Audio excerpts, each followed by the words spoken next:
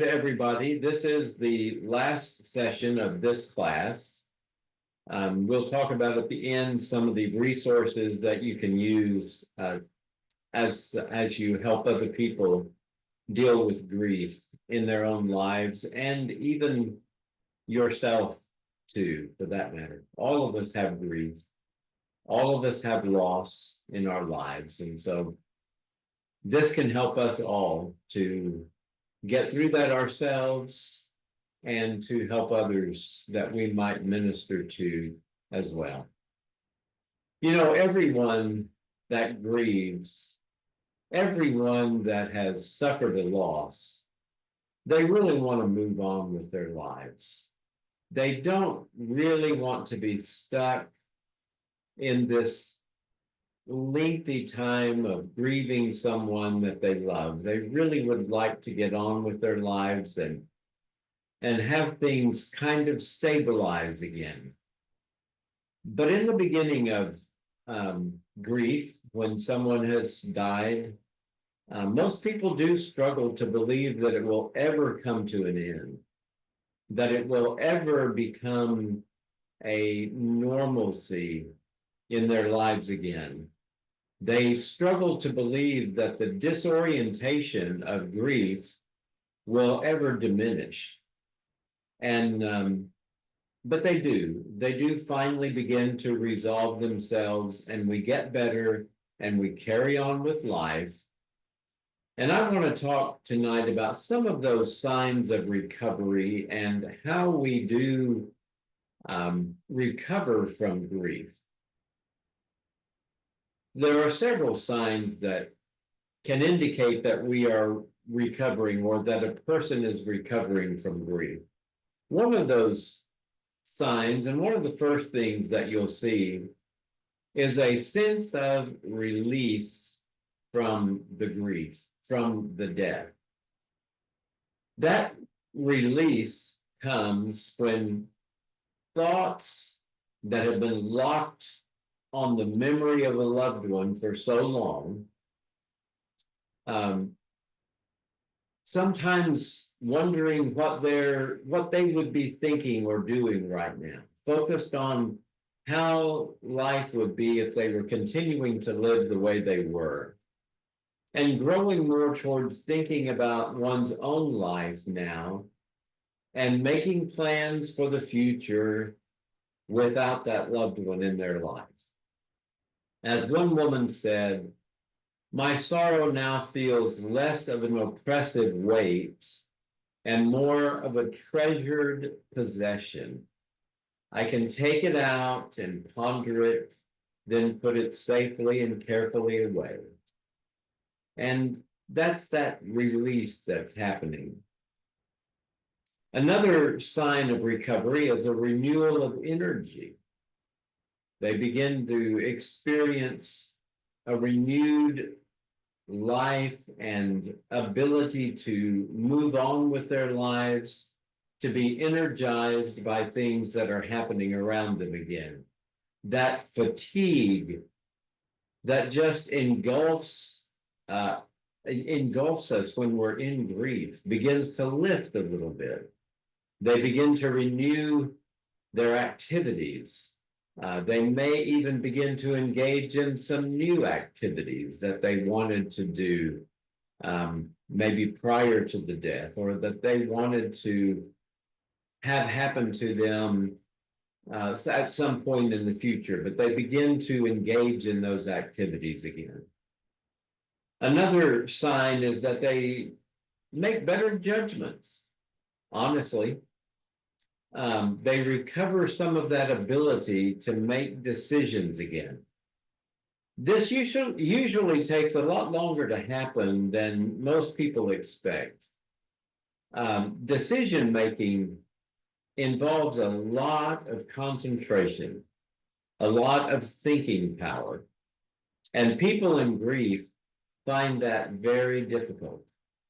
If you can remember yourself at a time when you were in intense grief, you realize that you just can't think about even the simple things in life, like what am I going to eat tonight? What do I have here to cook for food?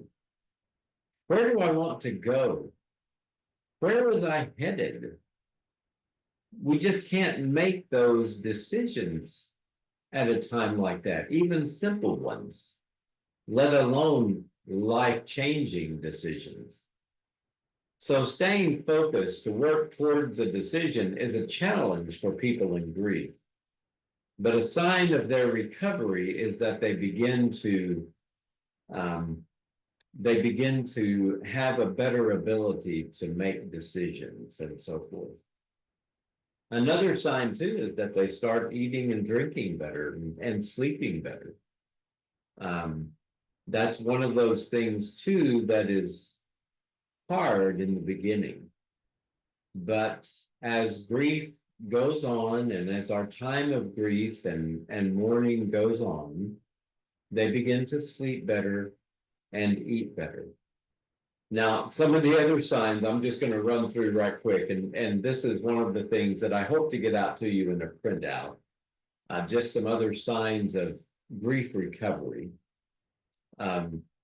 They are able to finally handle the finality of death, to admit that this person is gone and will not return. As well as unpleasant memories. They choose to spend time alone, and they enjoy spending time alone, where before they might not have done that. They can go somewhere without crying most of the time. They begin to look forward to holidays again. Holidays, of course, being one of the most difficult times for people who are struggling with grief. They're able to see other people that are going through grief and they reach out to help them. That's a turning point in a lot of people's lives. They can sit through a worship service without crying. They can laugh at a joke. Their eating, sleeping, and exercise patterns return to what they were before the death. They can concentrate on reading or watching TV. They're no longer as tired as they were. They find things to be thankful for. They begin to build new relationships, something that most people avoid at the beginning of a time of grief. They begin to experience life again. And they patiently accept periodic times of grief, spasms of grief, if you will. And they begin to discover new personal growth as they go through their grief. Their grief helps them to grow in some way. Now, these signs of recovery they're not quick. They're not going to happen within a few weeks. That takes anywhere between 18 months and 2 years for most adults as they go through these things, but they do begin to recover some things. Can you think of any other things that people recover as they go through grief? Anything that maybe was a personal experience for you as you found the grief lessening? Were there any things that just stood out to you in your experience?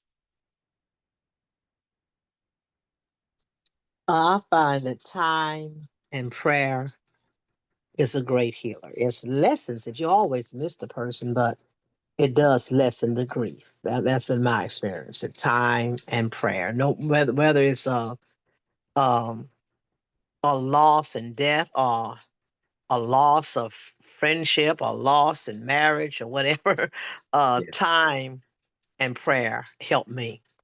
Mhm. Yes. Mhm. Good.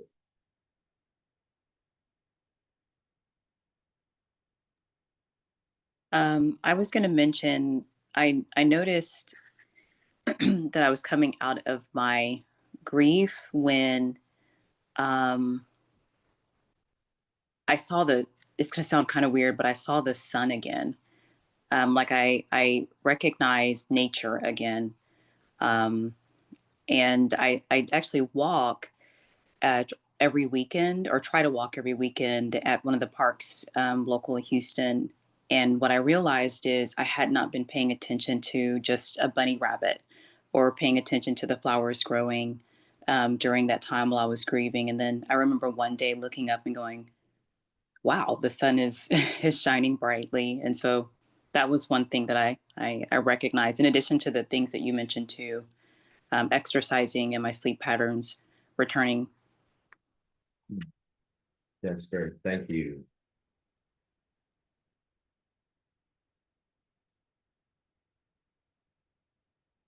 Well, and Marissa, as you mentioned, exercise, there are physical elements of recovery too, and one of those is exercise. And it's good that you were at least getting out and exercising, walking when you could. But yes, that ability to recognize that there is beauty in the world again. That's a very important thing for us, and that's an indication that you're turning a corner, so to speak. And it's not to lessen the impact of that the death may have had, but it still shows that there is healing, that there is grace, and that does come through in nature, and that is a very important thing to remember. But I did want to talk a little bit about some of these physical elements of recovery too. One of those is the exercise. Exercise is something, of course, that reduces stress and anger.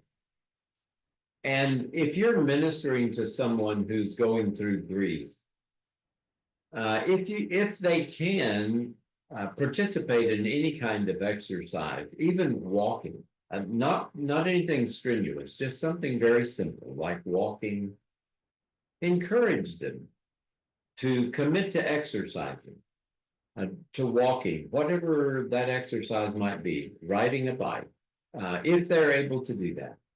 Encourage them maybe to even find someone who can be an exercise buddy for them. If maybe that would be you, or maybe it would be another friend or someone who could go with them and share that time with them. That's a great area that can be used to help their body recover from the stress and the problems of grief. Another one to keep in mind too is that diet is also very important. Sometimes we think that grief is strictly emotional, that it's strictly something that impacts our psyche. But that's not true. It impacts our entire body, actually, in many different ways. But one of the things that can help in recovery is eating. And I realize that eating is very difficult during intense grief. I can remember going through that as well. I can remember my daughter going through it when her husband passed away. It was almost a couple of days before she was able to keep food down. And I'm sure that most people who go through a very intense period of grief have things like that happen to them. During a time of grief, food loses its taste, but it's still nutritious, and that's what we need during that time too. So keep in mind to encourage them as well to go ahead and to eat something if they can, particularly as the grief progresses and goes on. The throat and the stomach might resist, but encourage them to override those feelings and to eat something. Another thing is rest and sleep. Grief drains our energy. And so rest and sleep become very important. And if sleeplessness becomes an ongoing problem, they may need to talk to their doctor about that and get some help with sleep in some way.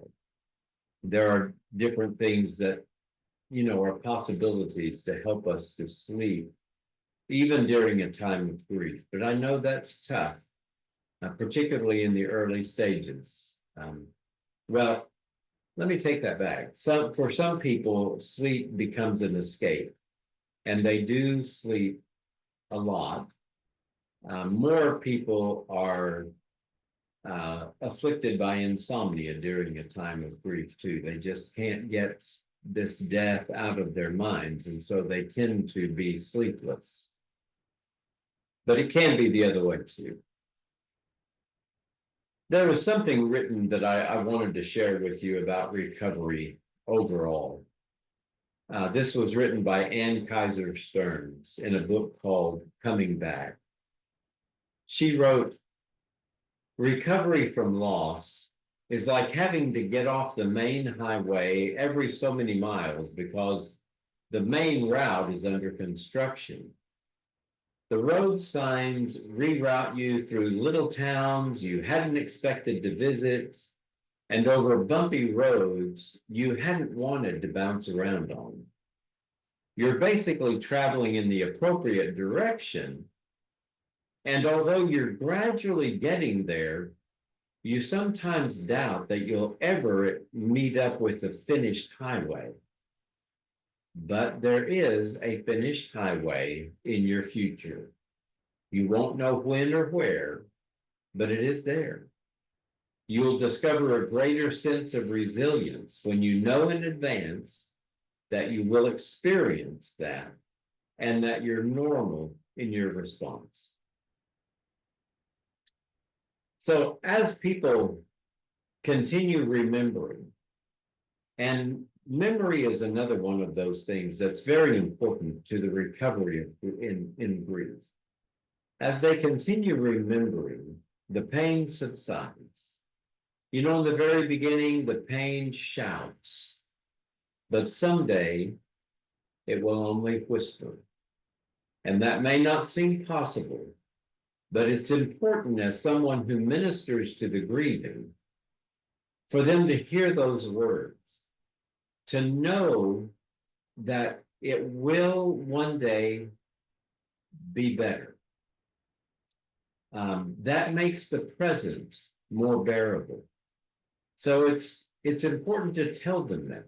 It's important that they understand that things will begin to lessen over time, even though it doesn't seem like they will right now. And that's something that's very difficult to say for us as those that minister to the grieving. And you can say that in ways that maybe will go over a little bit easier than just saying, well, one of these days it'll be better.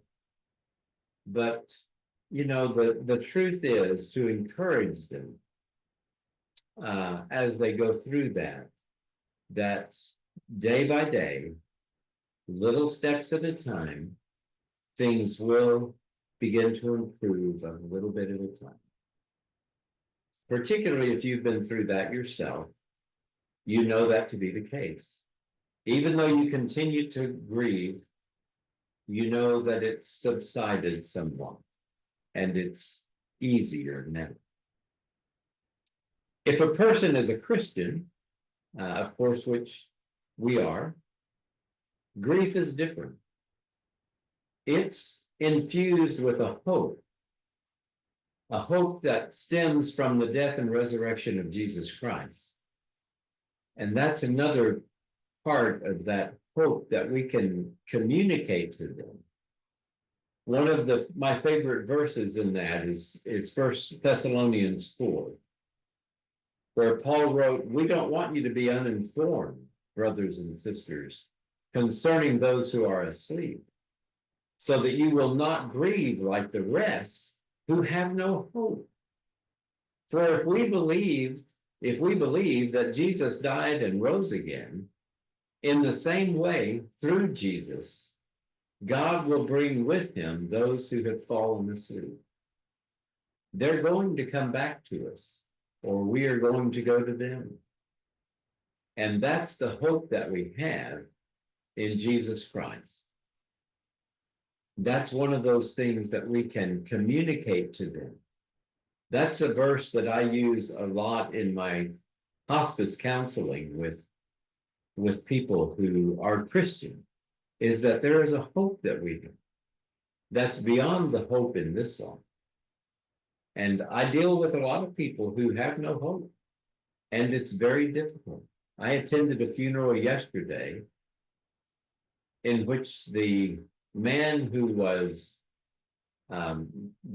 had died was not a Christian. He had never gone to church his entire life. So they had a funeral, a remembrance for him. And the preacher or the speaker who was delivering this never once mentioned anything about hope, Jesus Christ, never said a prayer, never read a scripture, nothing. And I found that so odd. All they did was talk about the memories they had of him and the life that he lived. Any of you ever been through something like that?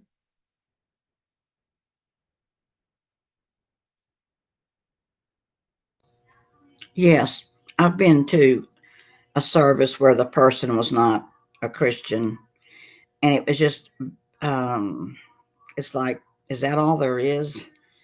Yeah. Or, and it was really sad for me um, to know that, and it's like, well, is this it? Where's the hope? Like you say, for Christians, we know where our loved ones are going to be, and that makes a big difference. Yes. I've been to a funeral that I lost a friend when she was 33 years old, and it was devastating. But I knew where she was going to be, Mhm. and that made it bearable for Yeah. me. So Very good. Thank you.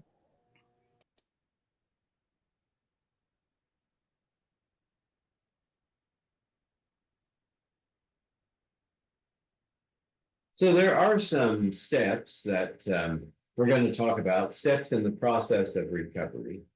And I want to go through some of these too.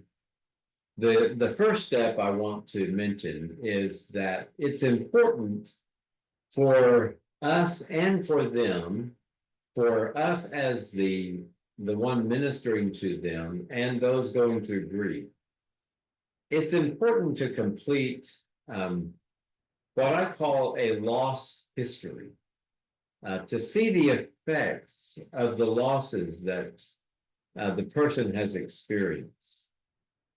You may want to do this for yourself before you begin to help others do it, because we've all experienced loss in our lives. And this can be done in several ways. One of the handouts that I'm going to send to you is a loss history form and an example of putting that together. But you basically start with your childhood and think about the different losses that you've experienced through your lifetime. It may be the loss of a grandparent when you were young, or the loss of a pet, or any number of losses. And as you go through your 20s and 30s, maybe it was the loss of a job or a divorce, the loss of a child, any number of things. As you go through that, you just create a timeline of your history and the losses that you've experienced. What this does is help a person to see the effects of loss throughout their life. And rather than just concentrating on the current loss, they can see that there have been other losses through life and that they have dealt with them and that things have resolved from those. And that it's gotten easier as time has gone on. So they begin to see that things are not as bleak as they might The seem picture, right now. I'm sorry, go ahead. Oh no, I was saying that you were frozen, but you got I freed. I don't know if it was my phone or something was going on. You were frozen. I couldn't hear you, but it's okay Okay, now. Thank you. all right. Okay, thank you. Another thing that can help with this is to write a letting go letter. This can generate a lot of feelings, some of them not so pleasant, but it also generates some release from those feelings too. It brings healing. And that letter could contain details about special times they've shared with that loved one. It could be talking some about what they miss about them, what they wish had happened in their lifetime together or in their relationship together, what they wish they might still be able to talk about or wish they could still talk about. You could even write in that letter what's been most difficult about grief, what's hurt the most, what do they remember about this one who's died, and what have they learned through the loss, and then conclude that letter by stating that they are letting go and experiencing life again.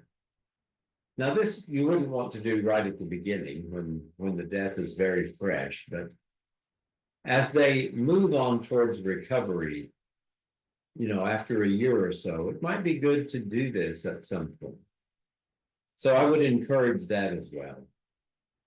And there are two very important but kind of strange questions that need to be addressed when we talk about letting go.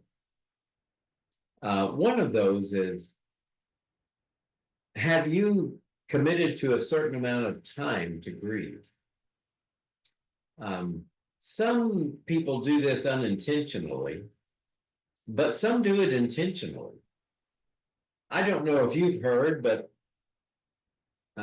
there is kind of this unspoken and sometimes spoken idea that you should grieve for maybe a year or two at the most, or maybe 3 years if it was an accidental death or a tragic sudden death. But folks, don't let time frames dictate your own recovery time. And don't let them feel like there is a time limit on their recovery. Now, we know that if a recovery or if deep grief carries on for a long period of time, there is something wrong with that. We talked about that before. But don't set a time frame. It will come when it comes. And some people, though, they set this time frame up for themselves, and they may not make that time frame. And then it becomes even more devastating to them. So be careful about that, but ask them, have you been told a certain amount of time that you think you should grieve? And if they answer, yeah, someone said a year, or I've even heard some people tell others, after 6 months, you should be done with this. This should be over. Well, that's not the case. And in some senses, it never ends. You will always grieve that relationship. But the intense grief that goes on will lessen over time, but don't set a time frame for it. And even speaking of time frames, sometimes too, even years later, it'll hit you again. Something special comes up, a special time, or a song, or something else can just happen to you, and suddenly you're right back in that grief again. It could be a very short time of grief, but you still feel it. So don't make up time frames to follow as you grieve. And another question to ask is, have you given yourself permission to stop grieving at some point in time in the future? You know, people in grief need to give themselves permission to stop grieving. During the grieving process, they will eventually say goodbye to the one they lost and put the grief, the intense grief, behind them. But a goodbye creates an empty place in their hearts, which causes a person to ask questions that they need to ask. Important questions. Why is there suffering? Why do I have to go through this? What exactly do I believe about God? How will this goodbye, this death, impact my life? How has it changed me? How will I be different? Saying goodbye is one of the most significant tasks of grieving. And all of those questions are part of reaching that point of being able to say goodbye. It begins with accepting the reality of the loss, working through the pain, adjusting to life without the loved one, withdrawing emotional energy from that person and reinvesting it somewhere else. And finally, changing the relationship with the loved one from one of presence to one of memory. And that's an important transition to make. They are no longer present in your life, and so they don't live in the present, but they do still live in the memory, and that's good. Saying goodbye is part of the concluding process. So step number one is getting this big picture and understanding what's going to be happening. Step number two is to face the effects of grief, to realize that they have affected you and they have impacted you, and to identify what those effects are. What are the ways their death affected you? And it could be different for every person, and depending on the relationship. If it's a husband or a wife, there are some effects there that vary widely.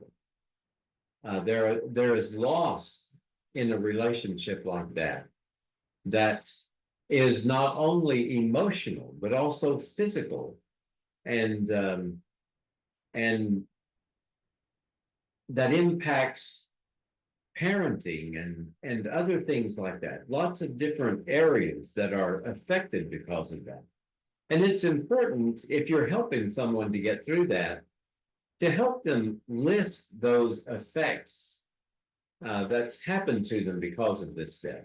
Have them work on it alone and to think about it alone, but also maybe sit down together with them and identify some of those effects.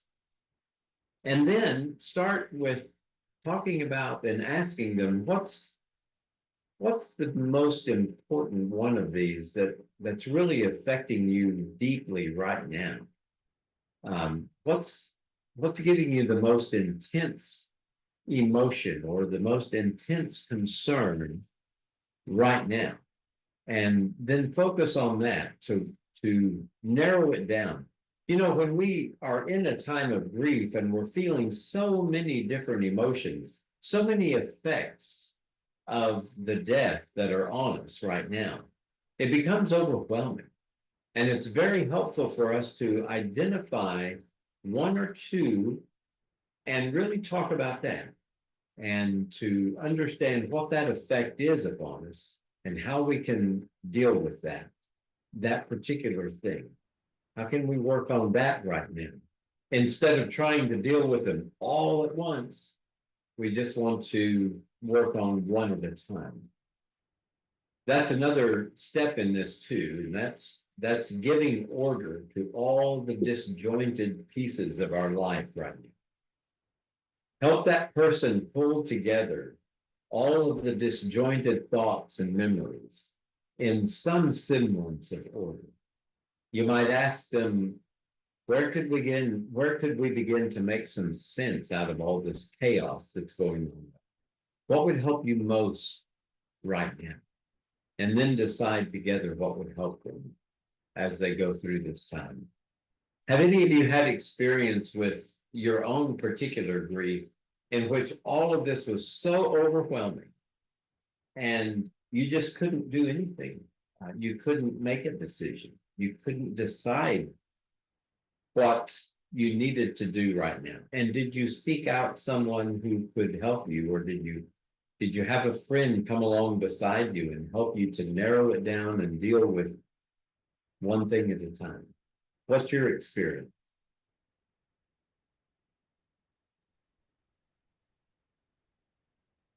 Well, I could say, for me, when I lost my mother, um, I was only 28 years old at the time, and I had two young children, and trying to process it, to make sense of it, even though what helped me is being a Christian, knowing the Word of God. That helped a lot. Um, Not necessarily say I had someone there. I did have the Word of God. I went to church and just really, like I said, in time, it was very devastating because I would find myself pick up the phone, calling her. It's like I didn't want to accept it. I guess part of me didn't want to accept that she was gone and only 52 years old. And I pick up the phone to go to call her and remember she was gone and just slam the phone down and start crying. So I think that was the hardest death for me, losing my mother at that age. Also, my grandfather, too. I lost him at 20. We were very close. And another thing, and I was very young though, and I was angry at God because I was young in the Lord, and I was found myself being angry at God. And of course, I repented later after I grew in the Lord, and understood. But I can remember those going through that process, and those people. And a lot of times, that people say, "Well, you ought to get over it." It depends on how, like you said, it depends on the relationship. Yes. And it also depends on the closeness of the relationship. Some married people aren't close. And I've heard of some people that have been married for years, and when one person passed, the other one grieves so much that they leave also. I've heard rare cases like that. The other person, the husband or the wife, whoever dies, the other person just can't live without them and actually die literally of a broken heart, so to speak. So it depends on the depth of the relationship, and also I said being rooted in Christ and understanding that death is a process, that all of us have to. Eventually, we're all going to have to leave someone behind, and just to give us that, like you said, that confidence that we don't grieve like others.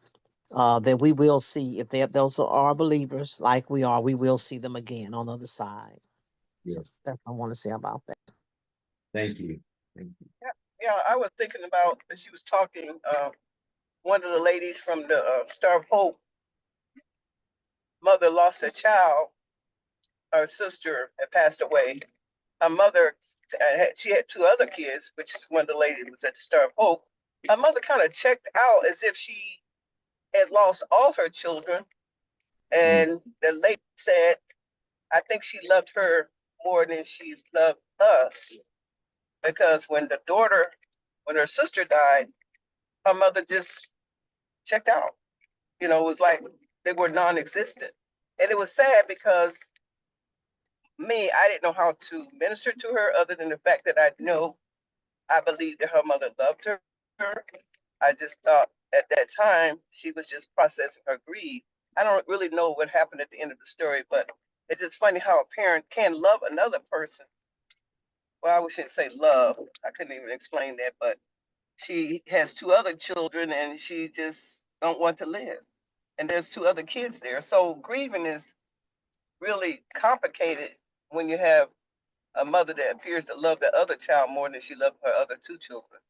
So, and that's what spiraled her down to drinking, because she never felt loved by her mother after the sister passed away.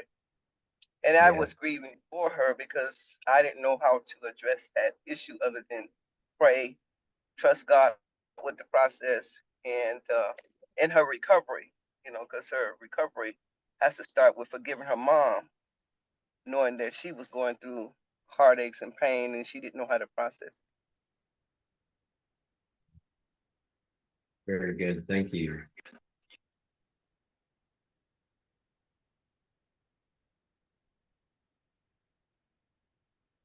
Now, I'm going to tell you something else that I think is strange too. And this is something else that happens with a lot of people, but most people really don't know what to begin with or how to grieve. And that's true for all of us. We've all experienced that.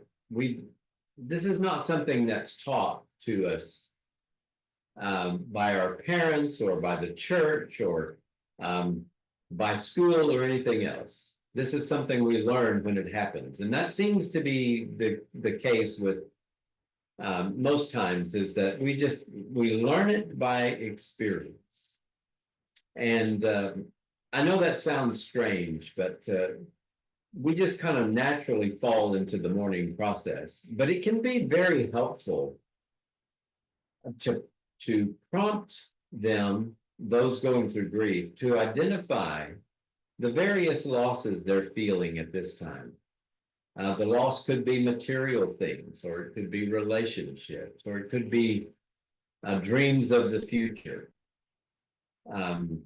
It's beneficial to at least attempt to isolate some of those losses that they're feeling, to avoid being immobilized by the weight of so many at one time. But do keep in mind that this is their grieving, not yours. They may make some bad choices, but those can be corrected. But if you become aware of behaviors that are counterproductive, don't hesitate to address them. I've had to,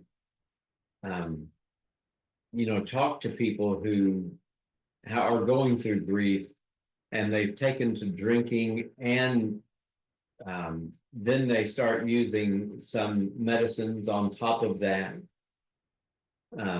That's harmful, detrimental. That's not helpful to them. Or some who will literally starve themselves and not eat. Those kinds of things need to be dealt with, and they need to be addressed by someone. And if it's not by you, then recommend someone, or recommend to them that they go to someone to get help. But don't shy away from addressing things that are detrimental to people. So, in conclusion, I just want to emphasize that helping those in grief is about establishing a relationship with someone. It's all about the relationship. The technique is not as important. Building a connection with them is the foundation for being able to help them. Listening to their story, understanding their feelings, educating them about the process sometimes is helpful. And then just reflecting on what you're hearing and sensing, and reflecting that back to them, to understand or try to understand what they're going through this experience. That's what's more important. Every person you minister to needs hope right now, for the present time and also for the future. And so it's paramount for you to instill that hope in them. That passage from 1 Thessalonians, for instance, others that you might run across. There are many hopeful passages throughout the Bible, and we need to instill that hope in them. Give them hope right now and in the future too. It's so common for those struggling with grief to feel helpless and powerless, like there's nothing that is going to help them through this time. But we can come alongside them and truly give them some help, truly give them the not just sympathy, but the empathy that they need to understand and to get through this time. It's important to help them rebuild a positive image of who they are and who they can be to reduce the impact that they're feeling. So there's a lot that we can do for those who mourn. But always keep in mind that the foundation of good health, the best help for them, is to build a relationship of trust, not necessarily the proper technique, not always knowing the right things to do. You will probably do many things wrong. I do all the time. I'll admit that. It's not always in the technique or in the learning, but it's in that relationship that you build with them. A relationship of trust and love and listening and learning from them. As Dr. Bruce Perry said, relationships are the agents of change, and the most powerful therapy is human love. So if you want to continue building your knowledge of this topic and around the ministry of helping those who grieve, I do recommend a couple of resources for you. One is what much of this material came from was from H. Norman Wright, who was a therapist who specialized in grief and trauma. And he wrote a book called Helping Those in Grief. And that has been a great resource for me, and I hope can be a resource for you too. You can find that book in many bookstores, but also certainly through Amazon or some of the other booksellers, the Christian booksellers too, because he was a Christian man and a man who taught in Christian colleges. But Helping Those in Grief is the name of that book. I would also recommend a book called A Sacred Sorrow by Michael Card. Excellent resource too for understanding what lamenting and what mourning truly is, and how that is a powerful force for us as we go through this life, because we all are going to face these goodbyes, the death of people that we love. We know that intuitively. We don't like to face it, but it is something that's coming. So those are a couple of good resources that I would recommend to you. And I just want to thank you all for being a part of this and for participating the way you have. It's been great to hear your own stories of the grief that you've gone through. And it's my prayer that this can help you in some way to minister to others as they go through grief too. Grief is one of those things that everyone goes through, and it's not stopping anytime soon. Until the Lord returns again, we're going to suffer death in this life. We're going to suffer loss, and we're going to go through grief. And so I hope this has helped you to minister to others as you go through this. So as we close out tonight, do any of you have anything that you would like to add to this at this point?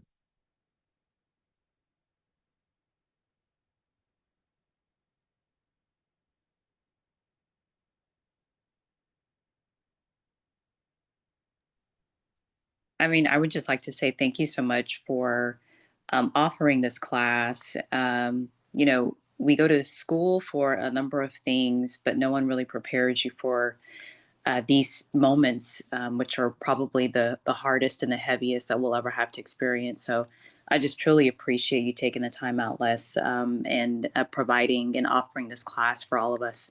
It's been very informative and helpful. Thank you so much, Marissa.